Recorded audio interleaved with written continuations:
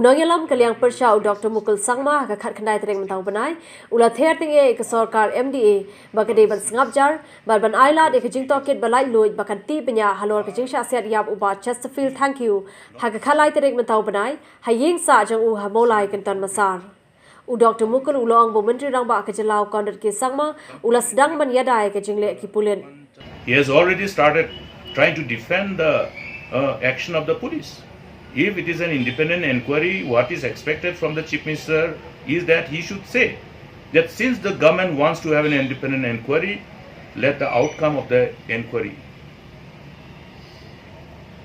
ultimately tell us the details about the whole circumstances that has led to that incident. And therefore, at this juncture, I will not comment.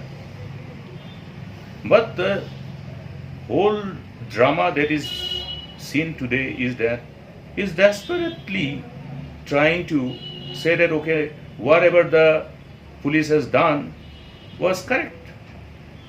He has jumped to a conclusion already. Was he monitoring the whole incident?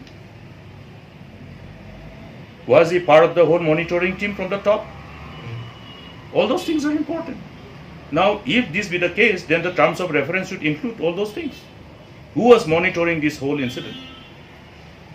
Whether there was an order or whether it was a different circumstance which led to the unfortunate incident. All these things are important. That's why the terms of reference is important. And at this juncture, I would expect the Chief Minister to shut up in as far as this is concerned, since we are asking for independent inquiry. Ulai thuru bana kaliang ka Ministry of Human Rights Commission kan sale elaka kam dakaan wala da ka Sorkar kamlei eiru. MHRC is already mandated by law. Even if the government doesn't issue a notification, they will take cognizance of this incident and they will have an inquiry soon. That's how the MHRC works. Okay, it's simple.